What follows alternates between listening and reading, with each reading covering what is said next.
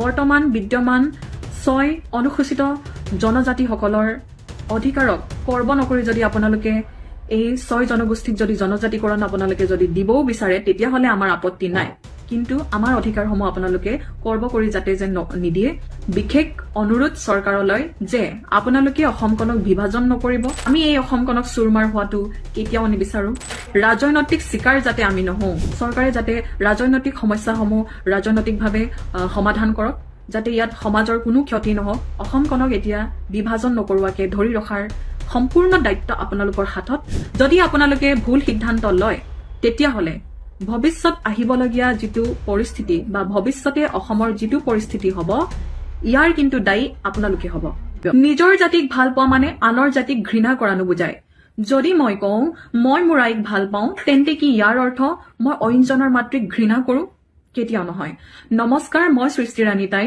মই এজনী মিচিং জনগোষ্ঠী আৰু অসমৰ এজনী দায়িত্বশীল জীয়ৰী হিচাপে বৰ্তমান আমাৰ অসমত 6 অনুসূচিত জনগোষ্ঠীৰ জনজাতিকৰণক লৈ চলি থকা সামাজিক আৰু ৰাজনৈতিক জ্বলন্ত পৰিস্থিতিক লৈ মোৰ এটি বিশেষ মন্তব্য। বৰ্তমান 6 অনুসূচিত জনজাতিয়ে জনজাতিকৰণ বিচৰাও সাংবিধানিক আৰু যুক্তিসংগত, আৰু আমাৰ বিদ্যমান অনুসূচিত জনজাতিয়ে প্ৰতিবাদ কৰাও কিন্তু যুক্তিসংগত। গতিকে সকলোৰে দাবী আৰু প্ৰতিবাদক মই সন্মান জনাইছো। পোনপ্ৰথমে মই কওঁ এই যুঁজ আপোনাৰ আৰু আমাৰ মাজত নহয়, এই যুঁজ আমাৰ অধিকাৰৰ। আমি কেলেই পাহৰিছো যে আমি একেই সমান ভাই বনি অসমত কত বছৰ ধৰি বসবাস কৰি বৰ অসম গঢ়ি আহিছো। আমি সকলোৱে মিলি অসমীয়া হৈ অসমখনক ধৰি ৰাখিছো।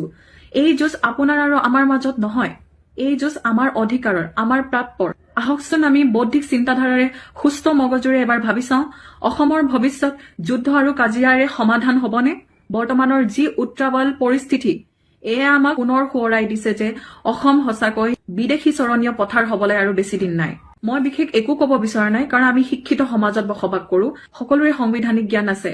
গতিকে বিশেষভাৱে চৰকাৰলৈহে বিনম্ৰ অনুৰোধ জনাবলৈ এই ভিডিঅ'টো মই প্ৰস্তুত কৰিলো যে আপোনালোকে যি ডিচিশ্যন লয় বৰ্তমান বিদ্যমান 6 অনুসূচিত জনজাতিসকলৰ অধিকাৰক কৰ্ব নকৰি যদি আপোনালোকে এই 6 জনগোষ্ঠীক যদি জনজাতিকৰণ আপোনালোকে যদি দিবও বিচাৰে তেতিয়াহলে আমাৰ আপত্তি নাই, কিন্তু আমাৰ অধিকাৰসমূহ আপোনালোকে কৰ্ব কৰি যাতে যে নিদিয়ে বিশেষ অনুৰোধ চৰকাৰলৈ যে আপোনালোকে অসমখনক বিভাজন নকৰিব। কাৰণ আমি কিছুমান কথা, কিছুমান প্ৰতিশ্ৰুতি আমি ভৱিষ্যত চাই পিনি কৰিবলগীয়া হয়। আমি এই অসমখনক চুৰমাৰ হোৱাটো কেতিয়াও নিবিচাৰো।